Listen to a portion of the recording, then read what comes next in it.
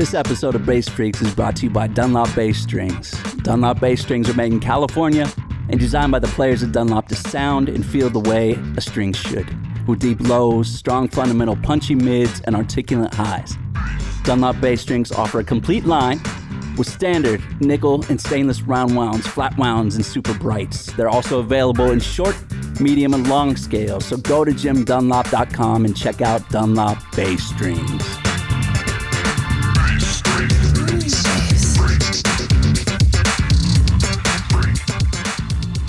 What's up, friends? Welcome to Bass Freaks, presented by Dunlop. This is a place for all of us bass freaks to chat it up, gain a little insight and inspiration, and have some fun. I'm your host, Josh Paul, and today we welcome the man, the myth, the legend, Mr. Doug Wimbish.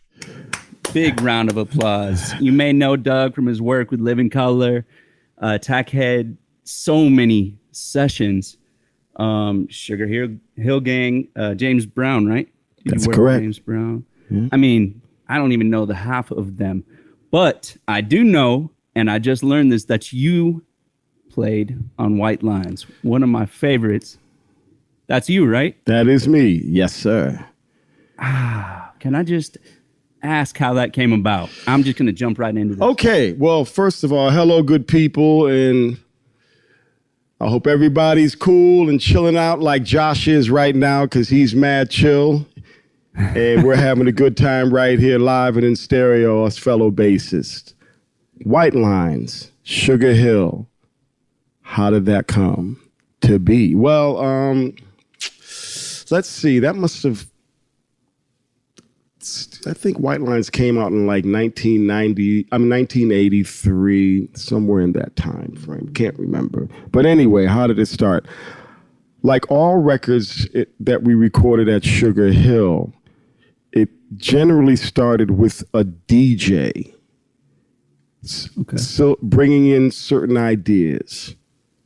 Sylvia Robinson being able to sift through the ideas and say, hey, what about this one? What about that one?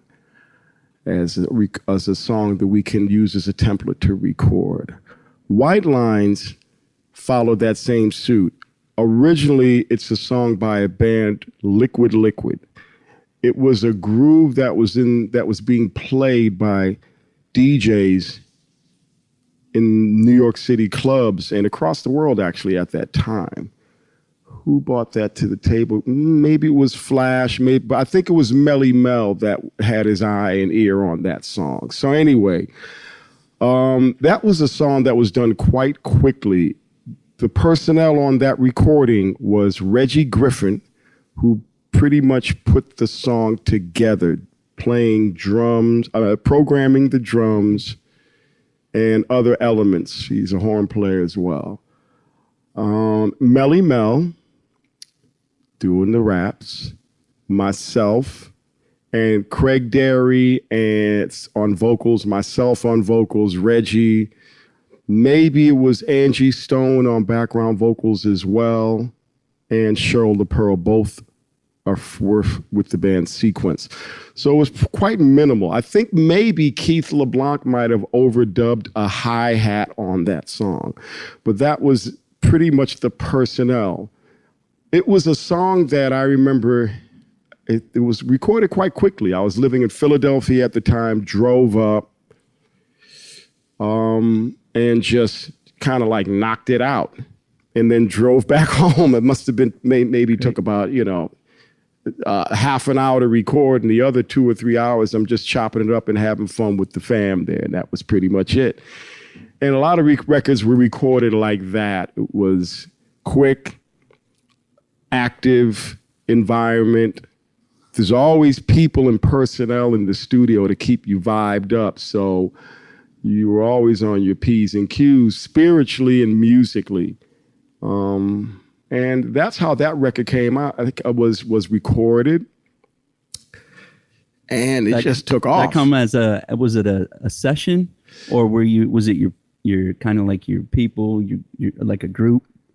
Well, Sugar Hill Records, I was the studio bassist for all the acts that were signed to Sugar Hill. And those acts were the Sugar Hill Gang, the Sequence, Funky 4+1, the Crash Crew, Mean Machine, Grandmaster Flash and the Furious Five, Spoonie G, and I'm sorry if I forgot any other artists. And also we were recording some R&B with artists as well. I recorded with Jack McDuff, the organ player, Candy Staten, and also with Harry Ray from the Moments, Felipe Wynn, Wilson Pickett. So there was an R&B jazz division by way of Chess Records, which Sugar Hill owned and distributed at that time, and Marshall Chess was overseeing that.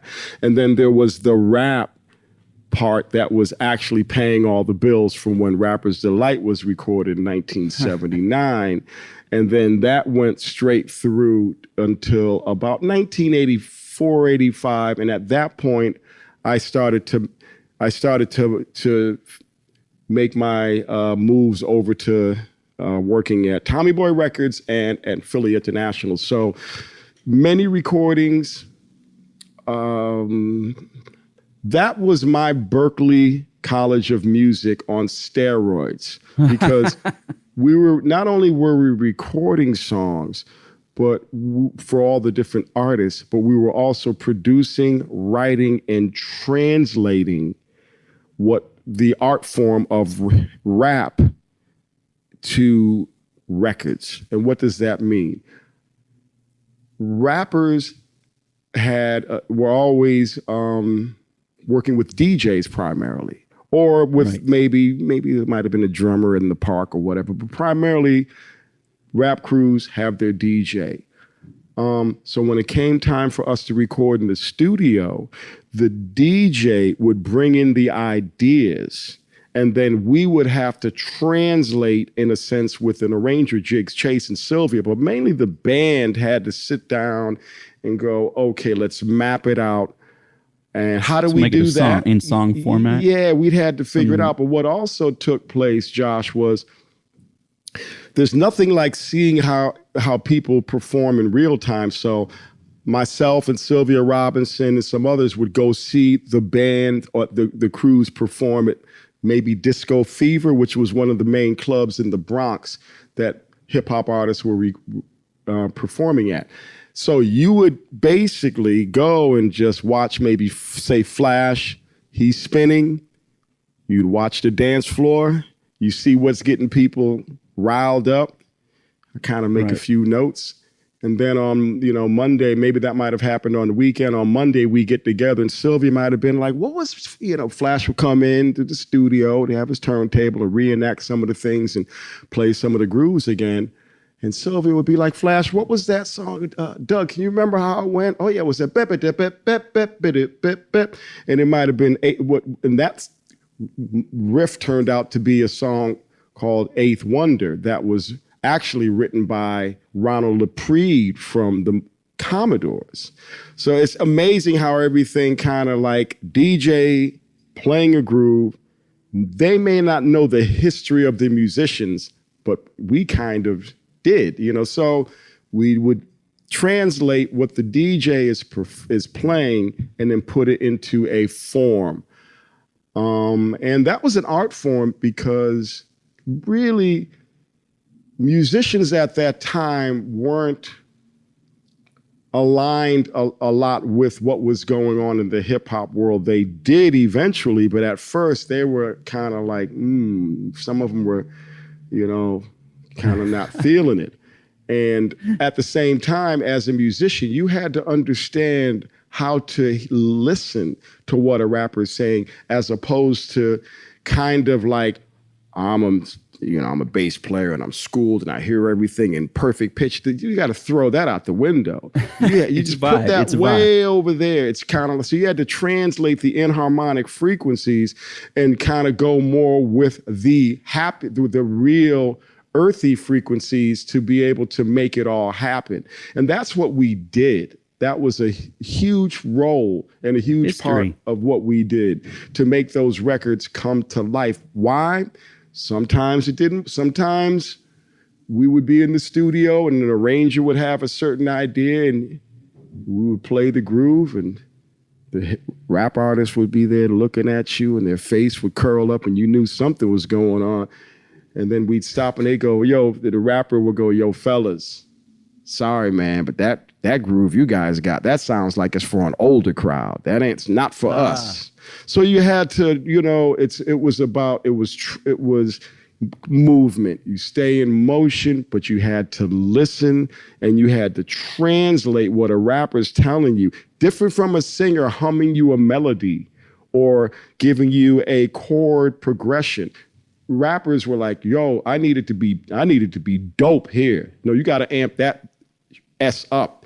No, man, don't worry about that. Flip it. Don't worry about don't worry if it's out of tune. No, don't change so you're adapting to just a different language. We were translators. Yeah.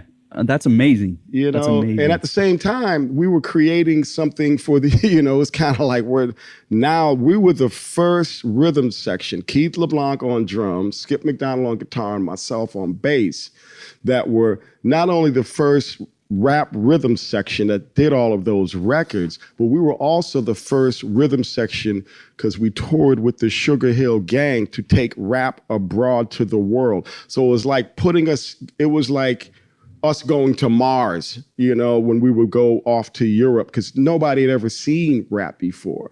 So anyway, White Lines was at the tail end of that whole movement, because that was it came out in 83, 84, but by that time, there would have been many hit records: Apache, Eighth Wonder, Freedom, That's the Joint, The Message, Funk, you know what I mean? I can go on and on. So we had a role going in the system, and White Lines was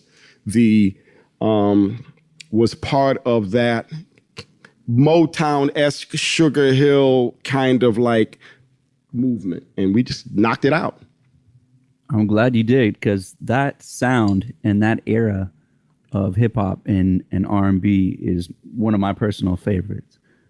And I can still listen to it now with just as much wonder and love as I did the first time I heard it. So kudos to you. Cheers, man. That's amazing. Let's talk a little bit about your history, like your journey, how you got from where you started to where you are today. Okay. Coming from Hartford, Connecticut, growing up a child of the 60s and 70s, a lot of music was taking place here. I would see a lot of live bands and was very inspired by local legends and local funk bands that were playing at the time, or soul bands. First of all, every band that I saw when I was about 10 years old, you had to have soul in your name of the band, okay? So it was like the Chocolate Soul Machine, the Soul Premiers, Barry and the Soul Set, Tony Bowens and the Soul Choppers. So this was soul, James Brown, that whole, was in full effect, 60s, early 70s. So I'm absorbing all of that. College radio was great here, great jazz radio programmers. So I'm picking, getting all of that down my neck and into my ears. So that was the first, you're listening to AM radio. I'm also listening to you hear Satisfaction by the Rolling Stones come on. And then you hear something like by Chubby Checker doing the twist come on. And then you hear Sly and the Family Stone dance to the music and all the great records, that were here on AM radio.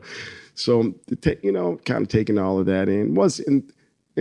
My journey just started off as a listener. And just kind of checking out the scene. Was it always a specific genre, or were you interested in just a lot of different things? Always interested in a lot of different things. I like the sound of it.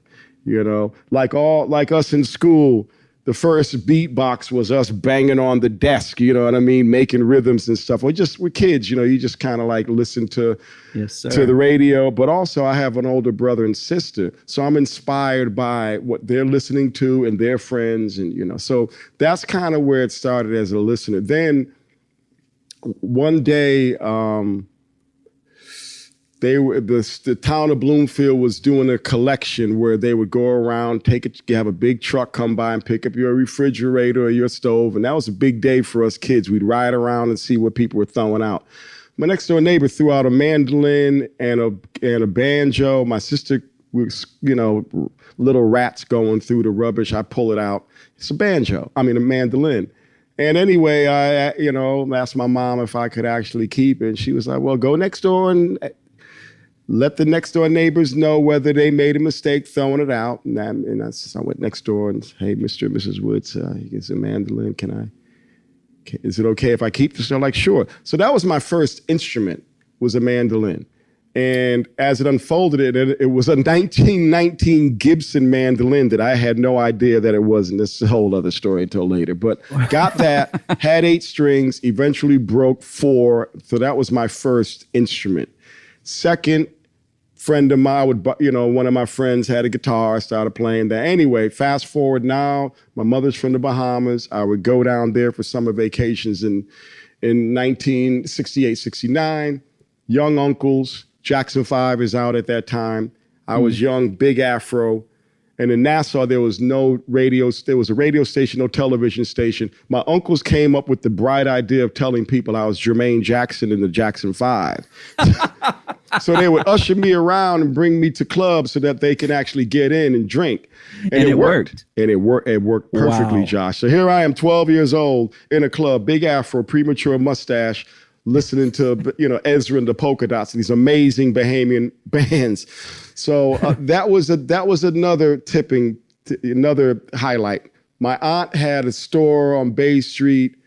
Half of it was a music store. The other half was a furniture store. And she would let me go hang out in there and during lunchtime when it was siesta. So I'd mess around with all the instruments. But that was very inspiring for me, Josh, because when I'm out of the country, I'm like, people think I'm Jermaine Jackson. And I'm like, okay, how am I going to pull this out? Amazing. How am I going to come back home? So you come back home and I'm like, you know what?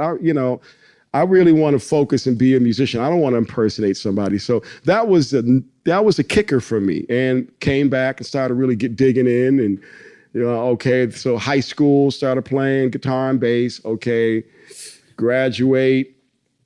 And then I met some friends that were really inspiring. Skip McDonald out of Dayton, Ohio, and Otha Stokes out of Dayton, Harold Sargent. They were friends of the Ohio Players, and they were really a part of the whole, funk scene they knew Bootsy and Catfish. And so I was like, these guys are really good. They've been on the Chitlin circuit playing with everybody. So they took me under their wings. Was there a particular person or bass player that you saw that made you think like, holy crap, that's what I want to do. I want that. Yeah. Well, there's a few of them. Bootsy, I saw him when he was with James Brown, and I was like, wow. Him and Bootsy and Catfish, Jaco Pastorius, who I met actually right when he was playing with Herbie Hancock for a period of time. He was taking Paul Jackson's place, and I had a chance to hang out with him. And funny enough, he had just finished his work doing the Weather Report Heavy Weather album, and he had it on a cassette tape. Long story short, went to the gig, went backstage, locked eyes, saw him, introduced myself because I was familiar with his first record. We're chopping it up. It's about time for them to go on. Jaco, I'll go to my seat. He's like, no, man, stay here, right here. So I saw the whole gig right in the side of the stage. Had my mother's opera glasses. I'm like, Jesus Christ. Yeah, that's like life-changing. Yeah, it was life-changing. After the gig, he's like, hey, man, I just came from Criteria Studios. Would you like to hear this some of the Weather Report stuff that I did? I'm like, yeah. And as part of that conversation, there were 2 guys from the local radio station. He was basically, hey guys, where's your radio station at? He said, it's right next to us. So anyway, I heard the entire Heavy Weather album about 3 or 4 months before it came out. Blew my mind. Next day, I picked him up on my little Pinto and took him out to a place called Electrocomp Synthesis because he was interested in some synthesis that was taking place at that time. John McLaughlin had mentioned something to him, took him out there, chopped it up. And that was my 24 hours with Jocko. He gave me his number, never called him. And that was the first and only time I saw him. So so there's that highlight of, and he was the first real wow bass player that I had met, because I had never heard anything like that before. So Larry Graham, saw him, Bootsy, Verdine White, Earth, Wind, and Fire. Senor Marshall, as I call him, from the Ohio Players. It was like a group of folks that I was really, Robert Cool Bell from Kool and the Gang, just checking out all these bands that I was digging. So anyway. Were you playing bass at that point? I started playing bass around when I got into high school. And I was, I had like a 4-string guitar that I took. Yeah, tell me about it. Tell me about your first bass. I used to, take lessons from a local friend, a friend of my brother and sister, a guy named Eddie Bailey, and showed me a few chords. And then,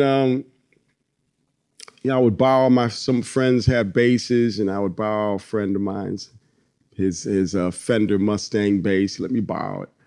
And anyway, Eddie was teaching me some of his songs, and and I would pick him up quite quickly, and so I was listening to stuff all the time. When you're young, you pick things up you kind of absorb it all. Anyway, so started playing bass and guitar a little bit, and that led to in high school certain bands. But I was playing with some older guys, and Eddie Bailey had a band. He was teaching me his repertoire, basically. And he was like, hey, man, you ready to do a gig? I'm like, I was like 13 or 14. I said, really? He said, yeah, man, my bass player's a pimp. So we have a matinee show, and he's probably not going to make it, so why don't you come and do that? I'm like, really? So I ended up rolling up, go to the clubs, start rehearsing with the band, because I already knew his songs. And then who shows up? The pimp. He comes through the door. He's all pimped out, and he's pissed off because I'm on bass. So there was an experience where you have to actually, here you are on the set, somebody else's gig, and you've been asked by the leader. And now that was a key life-changing experience, because the pimp looked like he wanted to take my head off, and I still had to learn how to just manage the frequency. And at the end of the I ended up not doing that gig the pimp played. Eddie I was packing up to go. Eddie's like, no, sit and watch the rehearsal. And okay, cool. Pimp's looking at me the whole time like, when I get out of here, I am going to run you over in my car. Don't worry about that. I got the front tire is going to have your face on it. So anyway, I'm like, how am I going to pull this off? So rehearsal's over. I'm like, let me just try to break the ice with this guy. I go up to him, he's playing a Kool and the Gang riff. And I said, let me just chop it up with him a little bit. I said, hey, man, how you doing? He's looking at me, grunting. He's got his bass in his hand and still playing. I'm like, hey, man, you sound really great. He said, would you mind showing me that little riff right there? He said, get the hell out of here, little boy. I'm not going to show you anything. So from that day right there, that's another lesson in life, y'all. I said, you know what? Felt bad, but, I'll suck it up. And I said, I'll never be like that guy. I'll show anybody anything I know. So it's like, as much as I'm playing bass, I'm learning the reality of life, because the shape of the notes comes from your experience in life. And it's what at least it does for me. So, just kind of like, how did I start? I started with those experiences of dealing with how to keep moving forward, not get caught in any certain vortex. Then in 1974 kicked in by having other older folks that I was able to work with. I felt protected and also secure. Understand. Yeah, I felt secure. I felt security is a good thing when you're with people that love you. And they show that love. So, and these, the saxophone player is a prison guard. The drummer is 15 years older than me, came out the Navy. These are men.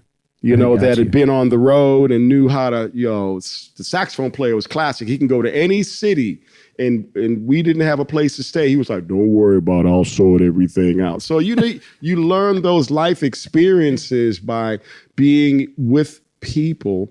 And so that's how I started, Do you feel that there may have been one particular experience that opened your eyes to being able to take all of that in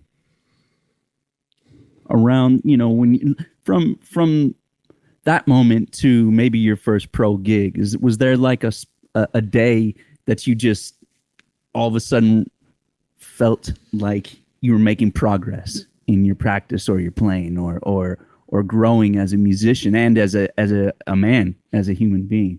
Was there any sort of enlightenment moment? What was that spark? Yeah. The spark was every time I met somebody new or that I was introduced to a person that was playing a different style of music or had other experiences, was a spark for me. I didn't stay in my comfort zone. I didn't continue to be comfortable with just a certain group of people. I was always trained with my, folks that I was working with that were older were like, no, you have to navigate. And the more people that you learn to work with, that's going to be better, not for you, but for everybody. So I took myself out of a comfort zone consistently and put myself in situations that were not necessarily comfortable. And that's how I still do that to this day. And it became something that I embrace, how I could meet a hippie metal band or a gothic metal singer or a jazz blues musician, different styles, different frequencies. But to me, it's just music. It's not, right. It doesn't have a category attached to it. It's how the industry kind of puts that in place. So that's how I managed to survive in this industry, by not staying in one quadrant. Or people think they know you from like, well, you've been playing with this band or that band. Then they go, well, they see my name on an album. I didn't know you work with this person or that person, and it's in another world that they may not be affiliated with. And how did I pull that off? In Hartford, there were 1 trillion guitar players at that time.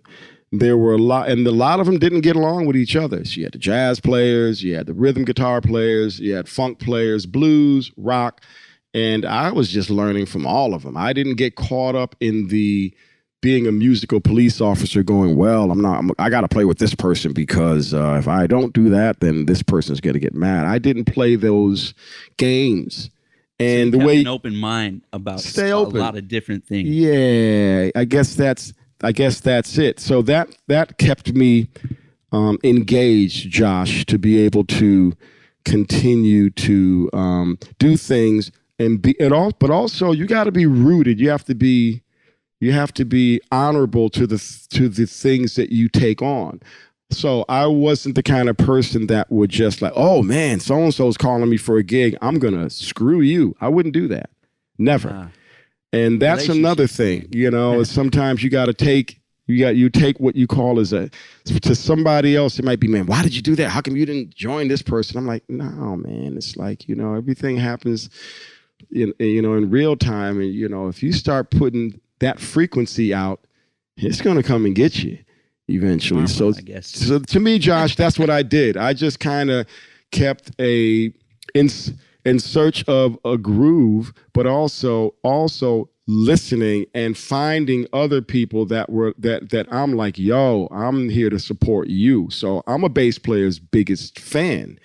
If there's any way I could help anybody, I'm going to try to do it. I don't have that frequency where I'm in fear of this, that, or the other. I'm digging at what everybody brings to the table, because that's, That's what it. That's a. We're bass players, man. We got to get along with the drummer and the guitar player, and we're like Switzerland, and you got to hold it down. Important trait to have. Yeah. Not only as a musician, but I think as a human being. So kudos to you on that one as well. Let's talk about gear. And like I mentioned to you before, I saw you play, and you looked like you were guiding the space shuttle going to Mars on a summer day in June, and it was phenomenal. The sounds that you had coming out of your rig were just blowing my mind. And I gotta mention this. I listened to Nothingness, a track you did way back. I think I had the red cassette tape. Did you? Okay. Yes, I did. I was a kid. I was in probably junior high, but I would listen to that over and over. Is that a fretless that you used on there? That is indeed. Actually, where is it at? I have. Oh, it you over actually here have it with you. Oh yeah, but it's upstairs right now. I can't really okay. get it. But anyway, yeah, it's a 1987 black Kramer era NS2 fretless Spectre bass. Okay. Great instrument, and the neck is. I have the necks kind of like profiled like a jazz bass, so they're more shaved down, and kind of makes it easier for me. Was it neck through? You said neck through, and the neck is shaved. I had the neck kind of like the profile shaved down a little bit from an original Spectre profile. The original Spectre necks, I had them kind of put some love on. Was that just for a preference thing, comfort thing? Yeah, when I had the opportunity to get my basses, kind of, hey Stuart, can you shave the neck down a little bit for me? Kind of like, and he was like, so that's that's a great bass.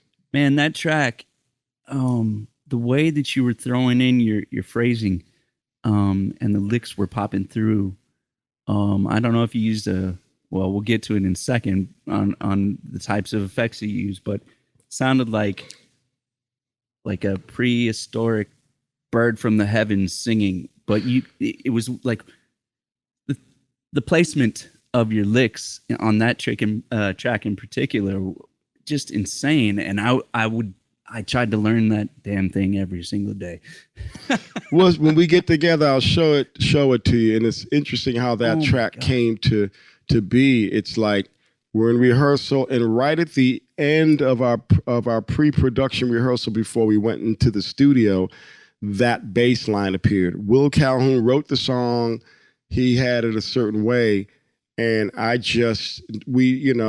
we were all playing with Will, and just being able to get listening to the song and listening to the spacing of how Will was playing, I started flipping around some different, ideas to go across the, to kind of bring this movement that's consistent across the song. It wasn't overboard either. I think it was just right.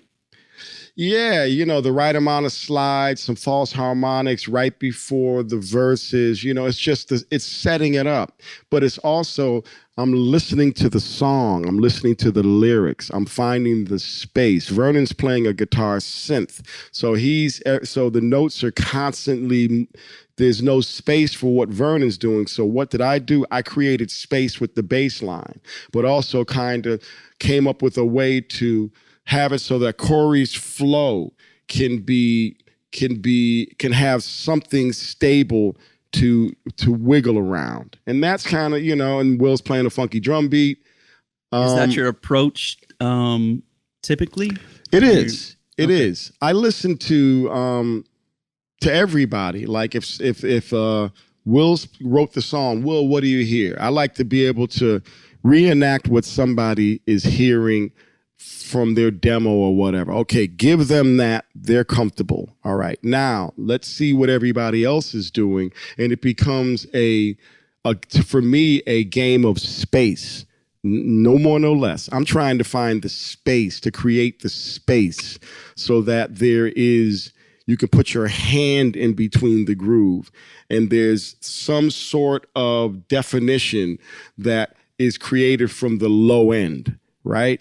And that song it's very kind of, it's a very dreamy track. It's a song about a son writing a letter to his father. So I'm trying to just reenact that moment by... You're telling a story musically. I'm telling the story. So I'm not going in like, yo, look, no. I listen. First thing I do is I'll listen, play the song. What do you got? No instrument in hand. What's it about? Corey, what are you thinking? Maybe it starts for me by helping to see what Corey's doing and maybe go, yo, Corey, man, that's dope. And maybe humming something to him. So we're kicking it. Everybody's kicking stuff off. Corey, what are you feeling for a bass line? Well, I might feel this. Vernon, what are you feeling? So I go around to everybody to get everybody engaged so that we're all on this, so you can get to that frequency. And that's always very important to me. Just kind of like, if you can pull the frequency together, then everybody's on the same wavelength. So I try to create that atmosphere. Because, songs are a trip, man. Somebody brings a song in and somebody else might be like, I'm not feeling this. I'm like, no, let's all feel it. Let's all get into the vibe. And that just comes from, it's my hip hop experiences from playing even before that was Sylvia Robinson, where you have to make things happen very quickly. So it's the art of communicating with each other and park the ego and try to find a way how to get everybody in a comfort zone by giving them some dap. Vernon, that's dope what you're doing right there. I love that. Do that again. Yo, Corey, man, I'm loving what you're doing there. It's support. Will, hi-hat is rocking. I like how you're swaggering that puppy. Matter of fact, let me hear what you're doing with the kick. Let me have a conversation with the kick for a minute. So now it's fun because you're not sitting there vibing because you're doing somebody else's groove, and they, you know what I mean? Bands are a trip. They're like dysfunctional families, and they can be. So you got to find a way how to kind of like really look, man, put some dap on. You're making some great points that I think especially younger musicians and younger people starting bands or jumping into bands or trying to get into any sort of musical situation. It's all about listening, and this art of collaboration and communication is, it's a life hack, really. Lack of better words. Josh, I love I listen to your band. I listen to the things that you've done. Daryl Anders. Daryl's got his groove, man. When I hear what Daryl's doing, I'm like, when I call him up on the phone, I'm like, okay, we could talk about gear, but I'm like, yo, what's up with the band? What's happening over in the UK? You need some help? You do it from the heart. It's not hollow conversation. Yes. You know what I'm saying? Because if you can give the love up naturally, then you're not, look, man, I'm very fortunate to have had family, friends, love in life to use as a great template to be a bassist and an artist and a performer, right? And I leave it like that, brother. It's as simple as that. Yeah. Okay. Now, let's talk about your go-tos for gear. Okay. I know you got tons of it. Like I said before, you got the whole spaceship in front of you. But what are your go-tos? You go to a rehearsal spot or you go to a session. What are you taking along? Well, I got 10 go-tos and they're right here. It starts with my 10 fingers at first. And then it starts with what's up here in between my 2 ears. Okay. And it's like, and that's where it all starts. Over the years, because I've been in situations where I like sound, right? And as a bassist, it's always been, for some folks, it's like taboo to like, yo, man, you can't put no wah-wah pedal on that. That's a guitar. You're crossing the line in the sand that's been drawn ages ago. Wrong. Put a compressor on your bass. Maybe an envelope filter.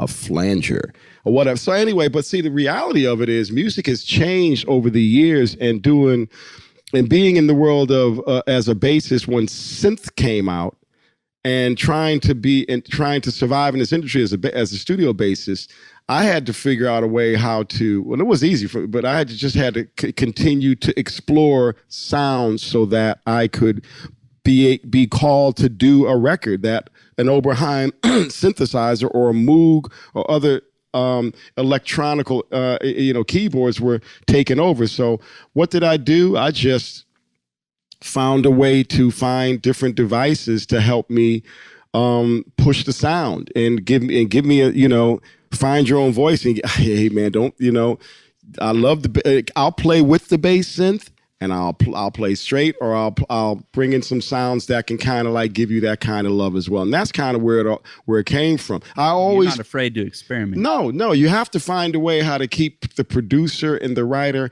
right. But if you listen to great records that you could hear, where it's like Bootsy, when he came out, he's playing with the envelope filter, he's got distortion. It's like, what is that? Why does that sound so good? Okay, before what was Bootsy doing on the stage with James Brown, tight, right behind the drummer, keeping that groove, jazz bass, rocking it? Why does that sound so good? So when he was able to do his thing, he was probably listening to Larry Graham, who was thumping and playing fuzz out of his bass with Dance to the Music in the 60s. So why did I like that? It's the shape of the note, and it's the low end. I also like James Jamerson. Why did I like that one finger playing vibe? Because it's the shape of the note. So everything and it's the effect that you use to get that shape. So as much as it is the instrument, the devices, it's also in the hands, of what's going on. So we started to come up with effects by slapping and popping and all these other things. But so I found a way to survive in the industry that was taking gigs away from a bass player, 70s, 80s, and stuff like that. And over time, I would develop a way to kind of bring in certain devices. One of the first instruments that pedals I got was gifted to me by the late Big Bank Hank from the Sugar Hill Gang. He bought me a Electro Harmonics bass synthesizer, which I was like in heaven, Yeah. And I had an Echoplex Younger and a Mutron. But so anyway, over time, Josh, what I did was just start to collect sounds. So when I could go into these different settings, I could be comfortable enough to create something where the producer go, yo, I don't like that, but I like that. You know what I mean? So if you have a couple of things that, I don't like that one, I like the red one, what does that do, And so a few things took place. I always started using pedals, but when I would go in the studio, again, it's the 10 fingers, the mind, listening and finding the shape of the note. But you start working with some folks that give you that freedom. Joe Satriani gifted me my first whammy pedal when it was a prototype. I got that whammy pedal. I'm in the studio with Annie Lennox. We're going over Precious, which is a song. I just plug it in and start banging around with it. She goes, "What's that?" And okay, what's that in a surprised, I'm intrigued, or she loved it. She loved the sound of it, and she was like, "I want that on the record." Meanwhile, the producer might have been a little bit, no, I don't know. But then, but you follow the pack. Once she was enlightened, everybody else changed gears. So, and that's how things happen. So over the years, it developed how I had to do a gig sometimes with just a drummer and myself and a singer. And it happened by default sometimes. The guitar player wouldn't show up. I used to have a Rockman, one of those little made by the guitar player in Boston. So I had one of those, you clip it on, it's got distortion and reverb. So I would do gigs. Little mini amplifier. Yeah. But I would do gigs where it would be like Adrian Sherwood at the desk, and then Keith LeBlanc's playing drums. The guitar player wouldn't make it, so Adrian would find a way to take the kick drum and gate it, and then put different tones on it. Then he would just be like, "Yo, Doug, just play guitar, just go crazy." So I'm like, "All right." So I started to work with in exploring in distortion, and being able to reenact the different sounds of a guitar player or a keyboard player, mimicking so over the years, it's like this band likes these kind of sounds. This artist likes those kind of sounds. That artist wants me to come in with my 1972 Fender Jazz bass and a cable, and they're happy. This artist likes all the crazy stuff because I'm doing dubstep, drum and bass, jungle music, and they just want to sample stuff and have me playing with a glass, doing slides, dive bombs, and all these other things. So, and they're going to sample that and make and piece that together and create montages of sound. So every artist, every producer, different studios, over time, you assemble these different personnel you're working with, and you go, okay, I wonder what they're going to like, what they're going to request. Sometimes I would show up after working with an artist that I, used a few pedals on, and then I would come without a pedal, and they would be like, "Where's your pedals at? What's going on?" And then other folks are like, "You want that, Doug?" Yeah, and other folks are like, "Don't bring." I was working with Mick one time. He's like, "Just bring 2 pedals. It's enough." And stuff like that. But and again, Mick gave me a lot of freedom. He was like, "What's that funny sound?" I did this song, might as well get juiced with Mick on the Stones record, and he was like, "Yo, man, Dougie, bring that wop, wop, wop pedal." I'm like, "All right, Mick." So you never, Josh, you never know. So over the years, I just kind of like have a nice collection of different pedals, and I got to think, look, one of my favorite pedals really is a wah-wah pedal. Because it gives me a sense, it's just got that right frequency. It doesn't interfere. Is there a particular one that you love the most? Yeah, Dunlop 535Q. That's my go-to because I can dial up different sounds from it, and it can kind of get really crazy and also nice and organic. And that's my go-to pedal. If I'm really doing something, it's like, that's one of the ones that I like to use because it can, if I'm recording, it gives me another range, another frequency, and vowel sounds, so I can lay a bass and I can stereo it out with a wah-wah pedal, and you could just really find that right tone for different styles of music. That's it. I also like I don't want to go too crazy, but I like whatever I can actually control. Some pedals you can't control. Yeah. Okay? I understand what you're talking about. You just can't control them. They sound good, but you're like, you get to it, they're great in your bedroom, you go to the gig, and it's like, what on earth is going on here?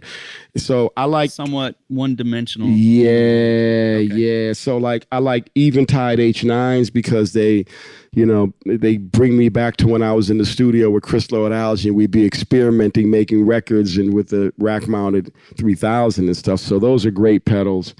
And, I have a variety of pedals that I'm working with, but at the end of the day, there's a responsibility for all of those to be able to function and work when you need them to. And you can, and also not to get pigeonholed or be dependent on the pedal. So when people ask me, what effect do you like? I say, I'm the effect. You know what I mean? I don't really get caught in the illusion I need to have this, that, or the other.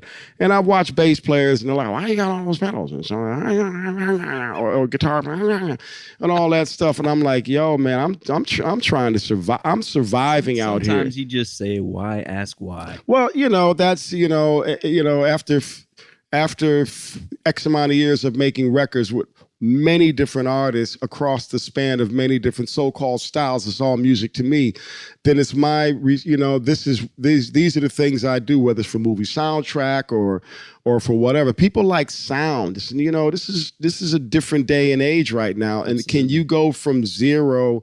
Can you go from organic Are you aware of the different shapes of notes and the different frequencies that you can get? And now kids are like, they got their laptop, they're dialing things up, and they're like, doing stuff themselves. But then you play something and you understand the frequency, how to record it, how to get things to leap out of the speakers. That's an art form. And that's, you know what I mean? So, pedals can help you. Pedals can give you that plus that extra little thruster, but also gives you a sense of just you can move in different quadrants with it. A simple like bass driver is a great pedal to wiggle around with. A good flanger is a good pedal to wiggle around with. But again, it starts with 10 fingers and your brain to know when to turn them on and when to turn them off. And it's funny because you'll see a lot of players that I see they'll have, I can look at their setup and go, that's going to sound bananas because it's not sequenced right, or they don't have the right cables or the right power, or it's going into a friggin' Christmas tree electrical can you elaborate cable. A little bit more for maybe some people that aren't familiar with the best way for a signal chain to start off with, at least for like 3 pedals? Well, maybe? Yeah, first it's got to come from your bass. It's like, what's coming out of it? Because pedals are going to respond based on your bass. Is it an active bass? Is it an active bass with like a good good preamp? Or is it a 2 jazz pickups? Is it a PJ configuration? Are they soap bars? That's where it really starts. Are you using round wound strings? Are you using flat wounds? All of that's going to make a pedal respond. What is my test pedal? An envelope filter. I have an old FX25 DOD envelope filter. Why am I mentioning that? Because an envelope filter will let you know exactly how much your bass is putting out, of spitting out. If you can dial up and find out where that sensitive point is, or it'll distort on you. So there's an art to understand how to use certain pedals as a reference guideline. So starts with the bass, making sure battery's good, and then the cable that you have coming out. You need to have a good cable so that it can actually translate the frequencies that a bass is putting out, whether you're slapping, fingering, thumping, playing with your teeth, whatever. You got to have something that's going to be, it's got to be aligned right. So you need a good preamp in your bass.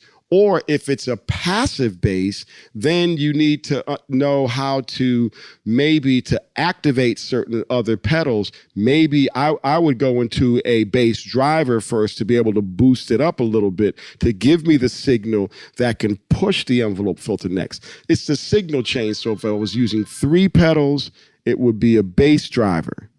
Say, as the start. Secondly, sorry, my phone's ringing. Oh, that's okay. Okay. You need to get and that? Then, no, I don't need to get it. It's a spam call. It's spam likely anyway. So I would use a bass driver, which will generally always be on. And then maybe another pedal that I would use would be let's just say like a envelope filter, and then for like a say to really top it off, a H9, something like that. That gives me a variety of things. Now, what would I do to make sure that they all work? Having good cables to go from pedal to pedal. So I'm using like Aster rope cables, which are really good. They're super high end. Then there's a company out of Argentina, KWC, which makes great flat cables. Pancakes, so you can actually, they're made out of like really good iron core cables in a sense. So everybody has their vibe. Good cables, search for those, but the key is the power. What is powering your pedal? Some folks will go with, okay, well, I have eye spot or whatever, or maybe they'll chain certain cables together. You have to know if your pedal is 500 milliamps, 80 milliamps, maybe it's 100, maybe it's 1.2 milliamps. So, and that's the key of like understanding how to power your pedals up, and the connectors that go from your pedal to your power source. if you get all of that right, then everything's going to be, it's going to sound clean. It's not going to buzz. Because if you go in the studio, you're going to get served. The studio is like going to the dentist's office. You can go in there and think you got it together. Hiding. There is no hiding. And there's no hiding. And it's like, it is Buzz City, especially on a passive bass. Because in New York City, I used to have to, if I was recording in Midtown, we used to take an alligator clip from my bridge and then put that to the board and face away from the Empire State Building so that you wouldn't, because if you face towards the Empire State Building, you'd have to face away. I'm going, kiddies, I'm going way back now to days of analog. There was no kissing and cuddling. So you had to figure out those things by experience, but good bass, round wound strings seem to give you a sense of more clarity for translating with certain pedals to me. Which strings do you use? I use rotor sounds, 40 through 100 gauge. Been using them for years. They'll chew your frets up, but they're good. Over flat round wounds. I like both. I use flat wounds as well. I use, Diodarios. I use the James Jamerson strings. I use all the strings because they all give you a certain character. But that's the key. It's the little things that we take for granted. And with bass players, it's easy to see something and just go, well, I spent this much on the pedal. Give me those 3 cables that are colorful for $20. And I'm like, there, you're already right there. You blew it. That's an important point. Invest wisely. But you have to, it's like drinking and driving. When you have pedals as a bass player, don't drive drunk. Don't play with drunk cables, and don't play with gear that's going to make you sound drunk. You got to be responsible. Play with drunk cables. Yeah, you know what I'm saying, Josh. I mean, because you'll be at a gig, and next thing you know, it's like, where's the bass player? What happened? Sound goes out. A cable's gone down. You hit a pedal, and it pops the whole system, or it's not in context with the music. You got to study pedals as much as you study a Chinese 12-tone scale starting from the 2nd degree. You got to put time into it. It doesn't come easy. And if you find something like Pino has a great sound, what he does with the fretless and with an octave, you have to know how to harness those sounds. And that becomes a part of your sonic vocabulary. Man, that's insane. The amount of depth that goes into that. And I think maybe a lot of people or most people don't realize actually how much information you have to attain to get those sounds. And but I think that if you actually put in the effort and experimentation, you're going to get there. You're going to find a voice and be able to get those different sounds that you're hearing in your head or that your favorite player has used.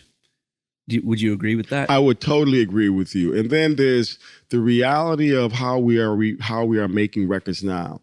A lot of people do stuff at home. So now you have to be an engineer, a producer, a writer.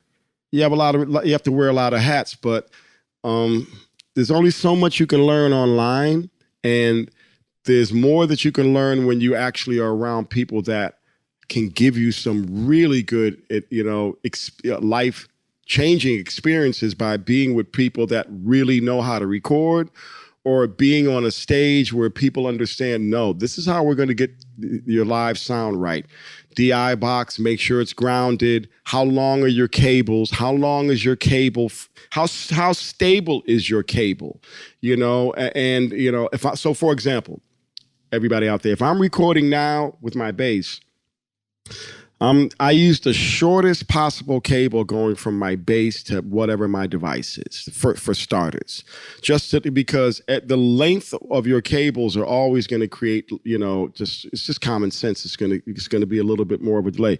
So I find good cables, and I use a very short cable to go into my DI or in my first pedal, and every one of my cables, I check like a a NASCAR driver. I'm checking everything all the time. The power. I'm making sure that if I have a power supply that is not close to another power supply, because I understand how things can buzz. But if you just follow some basic fundamentals and study up on it, then you'll be good to go in the studio when you're recording, get good fat sounds, and then when you go to play live, you'll understand what you've done in the studio, how do you translate that live, and how do you get that going on. So, and that's the reward, is when you can actually pulling stuff off in the studio is not that. I mean, it's you can sit and oh, I made a mistake. Let me stop and do it again. You can't do that live. So when you're live, it's like, oh, it's just live. You know what I mean? When you start messing up and you feel that sweat that comes on all of a sudden because you might have missed a note or you hit a pedal and it's not working. Hey, that's not a good. And people all of a sudden the whole stage, the band is looking at you and the monitor guy and the crowd. It's not a good feeling. You know what I mean? So pants down moment. You got to be able to knock it out live, knock it out in the studio, and also find and be responsible. Find your voice, man, and at the same time, pedals aren't for everybody. There's a lot of there's a lot of folks that are like, I'm keeping it 100 and I'm with you, 1,000%. So my go-to pedals are again, to sum it up, Sans Amp and maybe or whatever, and basically a bass driver of some kind. That's the only thing that's ever on in my chain. Everything else pops on and off. That's it. Okay, it's the only thing that's always on. Keep it real. As kind of an overdrive or a preamp type of a. Mm-hmm. Okay. Yeah, I have a few. Boss and Dunlop and Dark Glass and a host of things, but everything has a special vibe, man. I'm loving this Dunlop, this kind of this bass subharmonic pedal. I forgot the name of it. I have the subharmonic fuzz. Yeah. What's the name? I got the yellow one. Yeah, that one. Yes. And then the sub-octave fuzz. Yeah. I use that all over the place, especially live. It's the signal chain too, man. Josh, as it's like how to chain everything together, right? So they all speak to each other. But that pedal is dope. All right. Is there a riff that you would suggest for listeners to vibe on? Maybe it'll help them a little bit as bassists. Just a riff or a groove? Any kind of line or like something that you would say, man, if you're going to play anything, play this. Well, here's one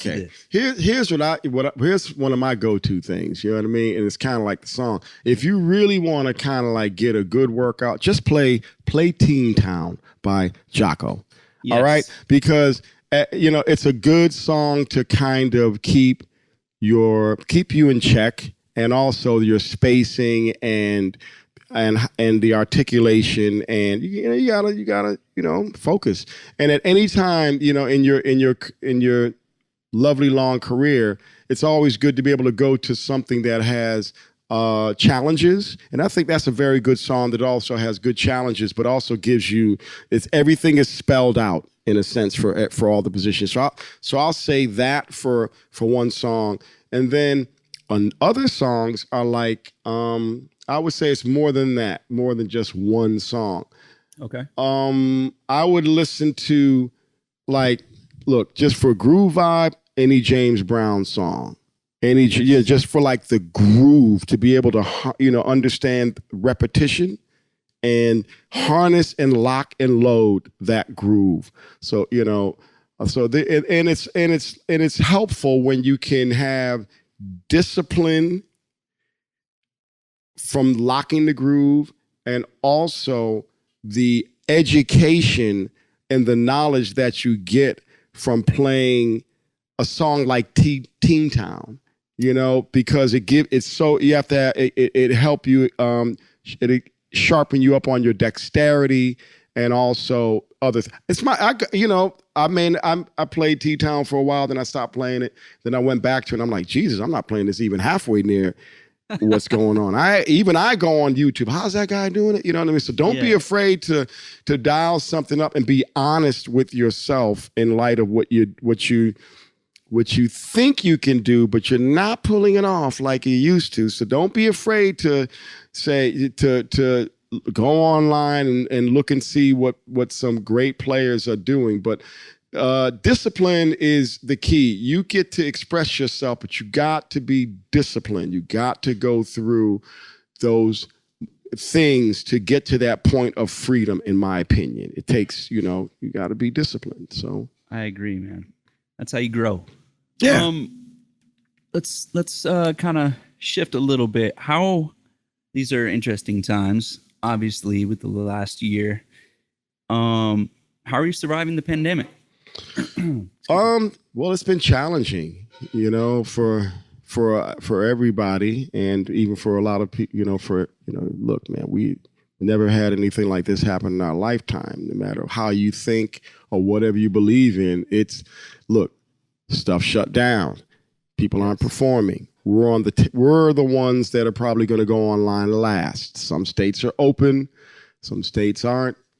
There's a lot of politics involved, a lot of conspiracy theorists. I can go on and on. But anyway, how am I surviving? Actually, Josh, it's been for me, I guess being older, I'm not freaking out or anything like that. It's the longest I've been home since I was 17 years old. Me too. So I just kind of like chimed in and said, okay, my missus, let's, hunker down and just adapt to this position.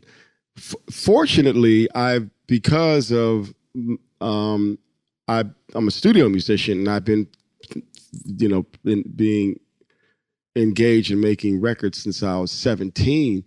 Then, a lot of people are still, finding a way to send tracks to me to record or produce. So you have a home studio? Yeah. Okay. So it's been, it's been cool. I've been able to chill at home and make records for other people and myself. And also, I spent this time to clean up, go through years of things that I should have done before, whether it's, okay, it's a lot of songs I'm songwriters on. Let me check the publishing.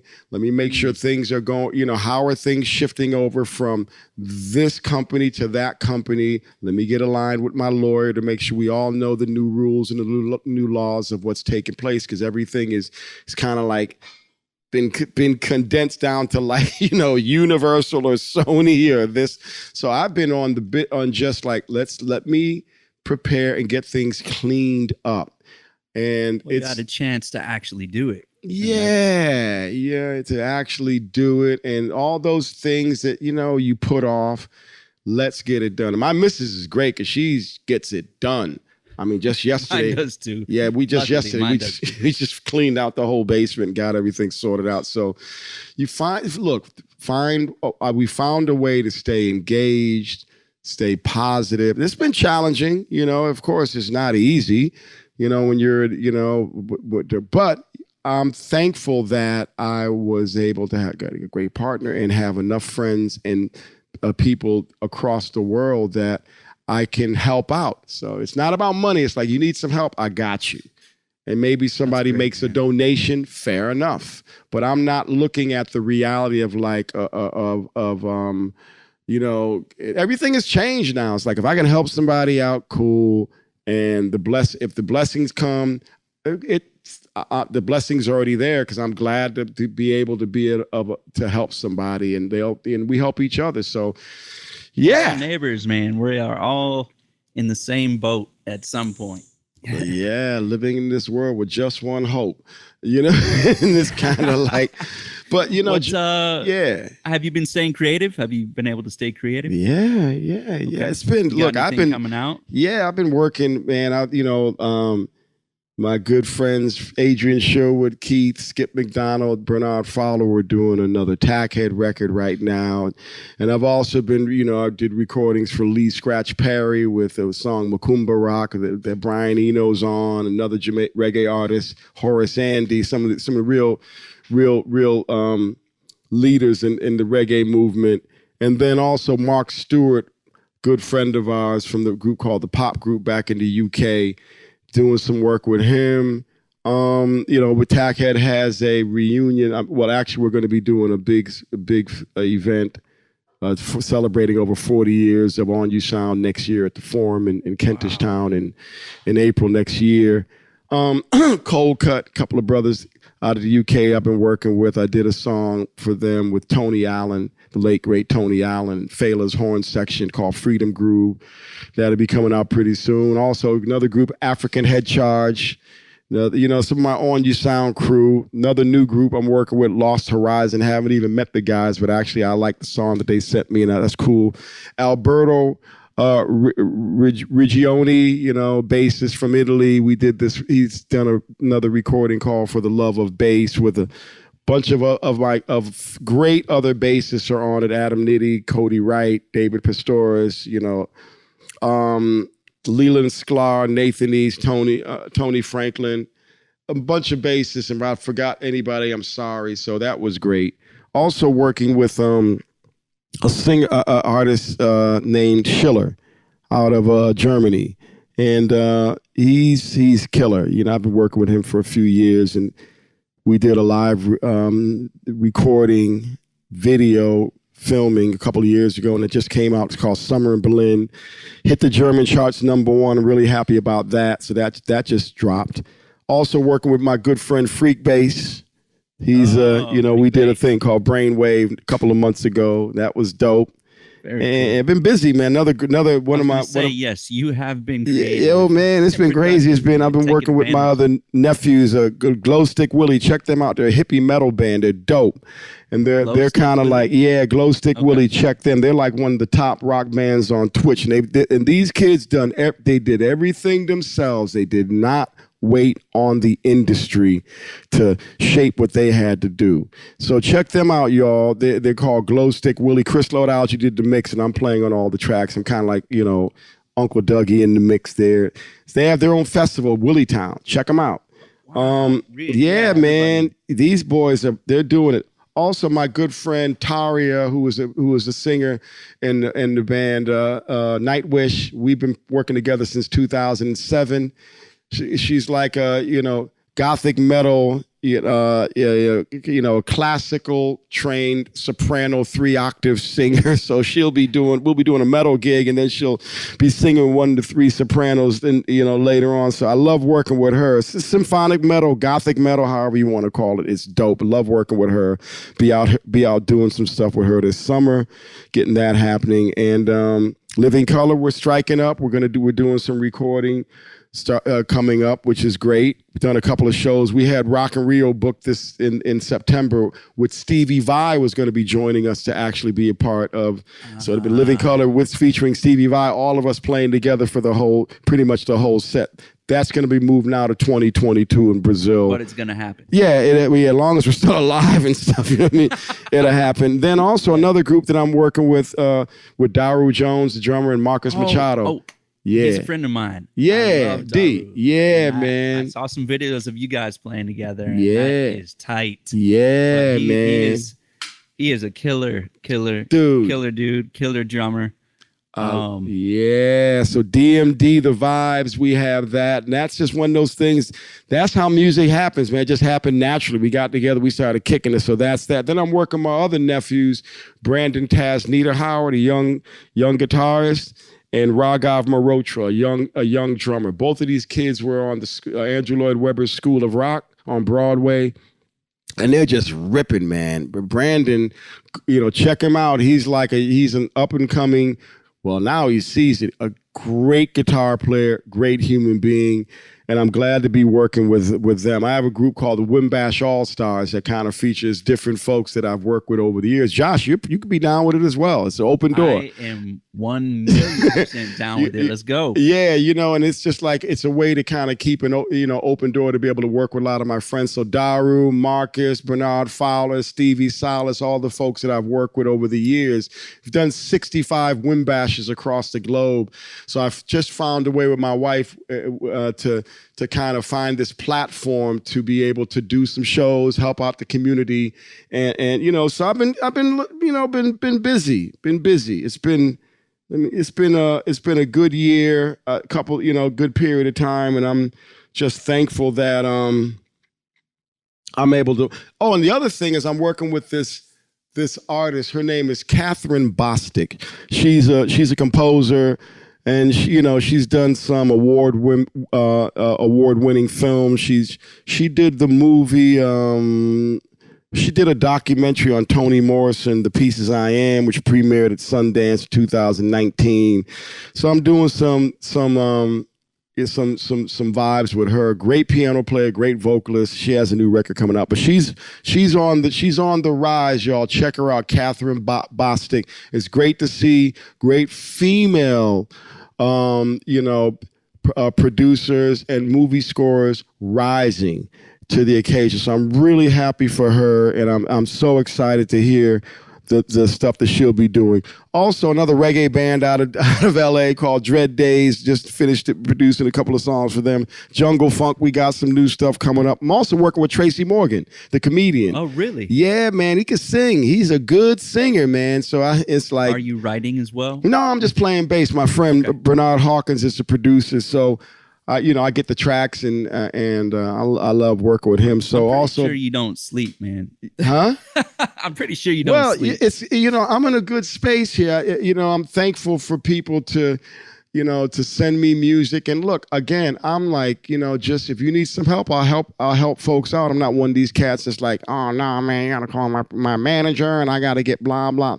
Look, help Great people. heart, man. You gotta help people. All that's the currency comes from a smile. You pay me with a smile, all right? And if you want to make a donation, it's okay. But if you don't worry, because I want to see people to get to a point where they're happy in life. So that's how I look at it. That's amazing. I love that outlook. And relationships are so important in this business. Well, in life. I mean, was there a relationship that was instrumental sort of in your development as a pro musician?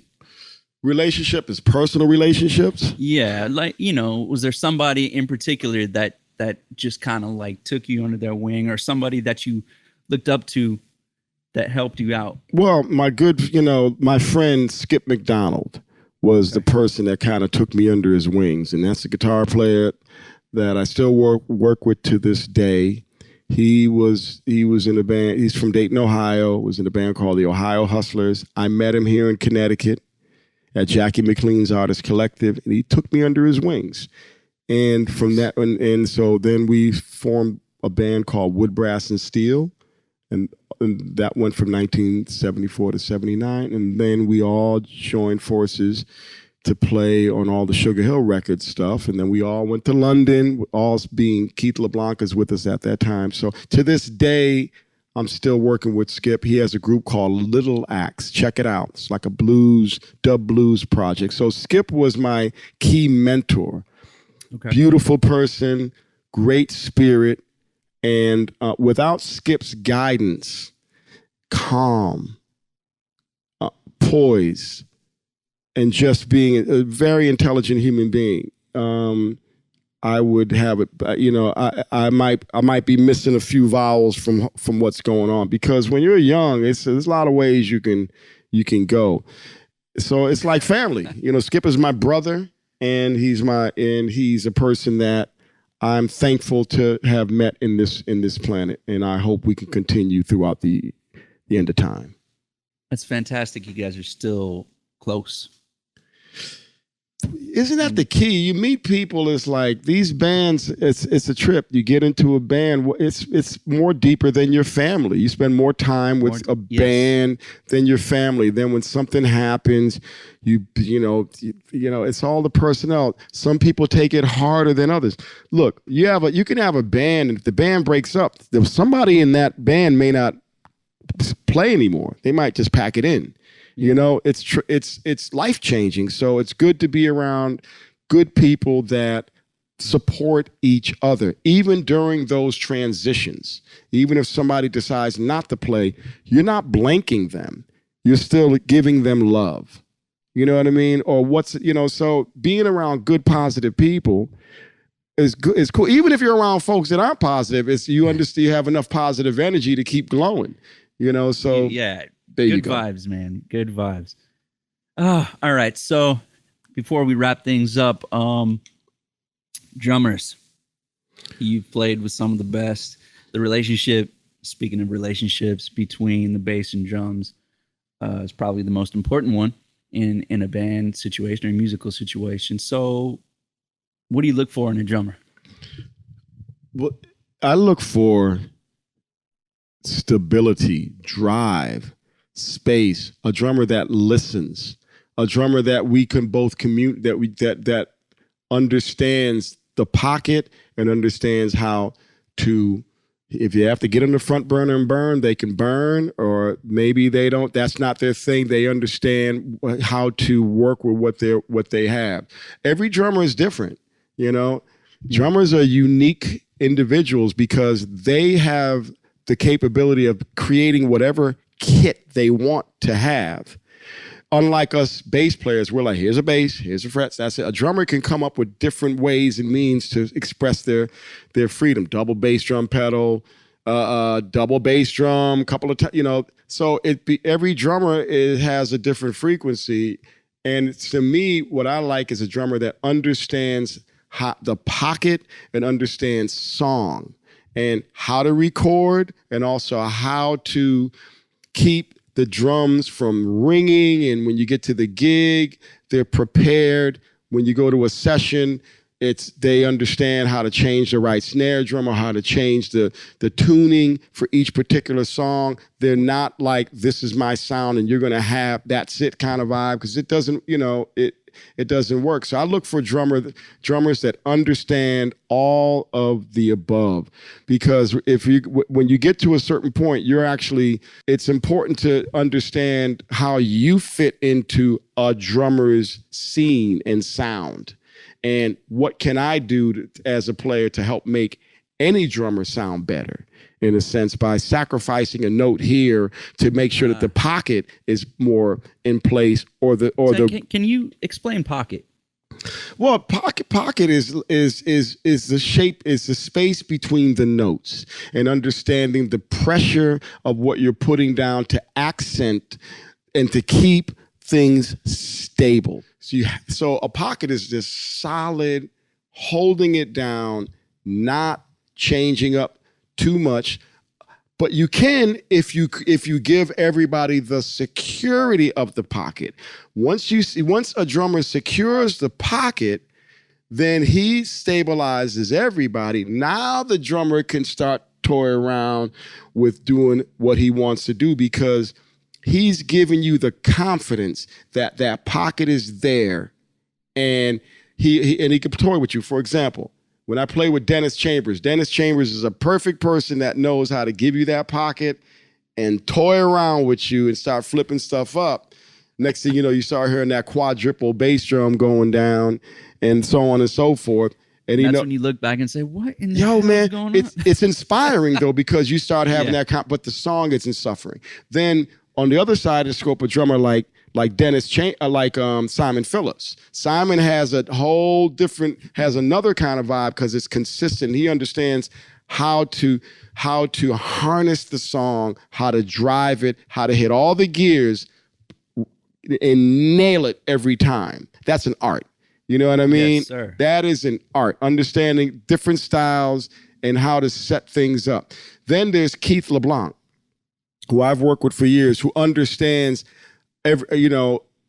all different types of pockets. We've done all the Sugar Hill records, but how to play with a click.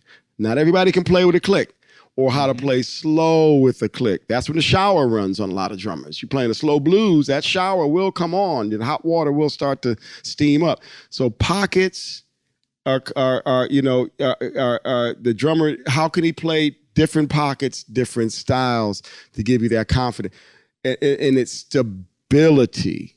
And if a drummer doesn't have that, it becomes uncomfortable at times for an unpredictable, for me as a bassist to know, okay, is he dropping the pocket? What does that mean? He's letting up on the groove. Is he speeding up? Is he slowing down? Is the bass drum now? I can't hear the kick drum. You started off one way. You sound like you're running out of energy in a little bit. What the hell's going on here? You know what I'm saying? Then I got to go over there and kind of start going into the body language of, so but this is what us bass players have to do, because the drummer's not the only one laying the pocket. We are too. We're all responsible for keeping each other in the pocket. Section. So together. Yeah. So it's like the pocket is for a drummer, get that, understanding the BPM, understanding the tempo, being able to play that back every time you start that song. Some drummers, they'll start a song and they'll just start clicking their drumsticks. I'm like, you're about to play it too fast. That's not what we did before. So you actually said that. Yeah, but you're not able to create a pocket if you keep changing the tempo. Right. You know what I mean? You're having a great time, but I'm like, no. Stop. It's already going to be about five. And the way you deal with that is you play a game. You just kind of do a little drum game. You put the click on. Let's hear it. We love playing the game. Put a record on, turn it off. I'll put a BP. Put the drum track on. All right, you count it. All right, keep going. Turn the drum track off. Keep counting. Put it back on. Where are you at? That's it.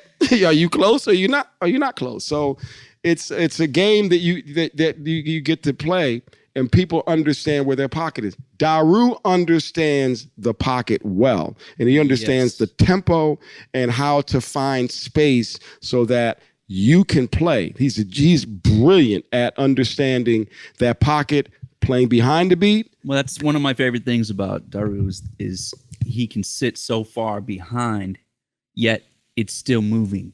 And that takes... Exactly. I believe that's a natural talent, but it takes listening, and it takes just letting yourself or having the ability to feel as you're playing and to listen. And it's, it's amazing. Yeah, that's straight up Jay Dilla. That's straight up hip hop. That's that quantized, way behind the beat, playing that vibe, and I think he plays it better than most. He's so good at that, and it's funny, if you're not used to it, you'll hear. I know some folks I've played some of the DMD stuff for some folks, like that's wrong. Something's wrong. And after a while, I'll just listen. I'll just watch, and after a while, they'll vibe up and they'll go, "Oh no, it's right, and it's there." It's just like it's a different feel for what you're used to hearing. Yeah, that's all it is. I agree with that. For a drummer, for me, if I can play along or just listen to a groove and my head starts to bop a little bit or my foot starts to tap a little bit, he's doing his job and keeping it there. And even non-musicians, if they can do that too, hey, that's happiness right there. Totally, Josh. It's nothing worse than things being, than the groove moving or the pocket moves, and then and every time you play the song, you're in this cone of uncertainty. It's like a hurricane's coming. You don't know which way it's going to come, and then it's for me, it's very uncomfortable. The solution is with calm and with a way to find, something you work with the drummer. You don't Don't get in the call with the guitar player after rehearsal. Go, yo, man, this guy's, what's going on? You sit, no, you man up and you get on and go, yo, you and I, let's figure it out. And you know how you do that? You play with a drum machine. You play with you have something that can give you a sense of clarity, so you know where your BPM is, and also have the drummer be responsible of because the drummers are always like, they want to count the song off, and generally they do. And so that's a hell of a responsibility to understand it. If you're going to count something off, have the tempo right. If it's thrash or whatever, fair enough. Or if you want to wiggle it around like, that's okay. But if you're working with multiple people, it's your responsibility. So if there's an issue with that, let's go back to ground zero, and let's not necessarily, you can have a click with a light. And not that you have to be that military, but I like it when the drummer is playing get them playing with a drum machine and have some headphones on and have them play a track where it's like, no, here's where it is. And you kind of got to keep it in that pocket for a while.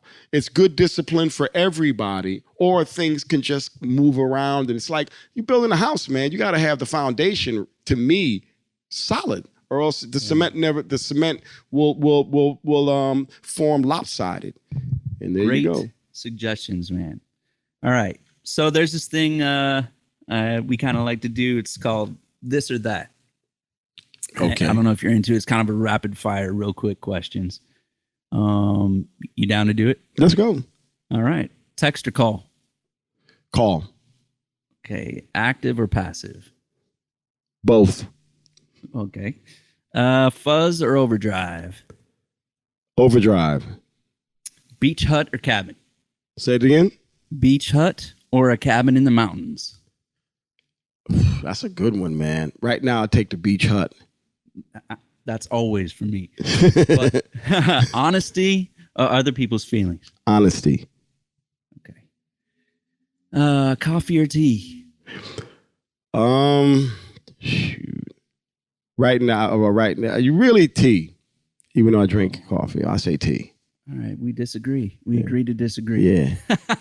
Well, I drink coffee all the time, but I'm like, honestly, I drink that because of my wife. But honestly, I should be being honest. I really should be drinking tea, so I'm being honest.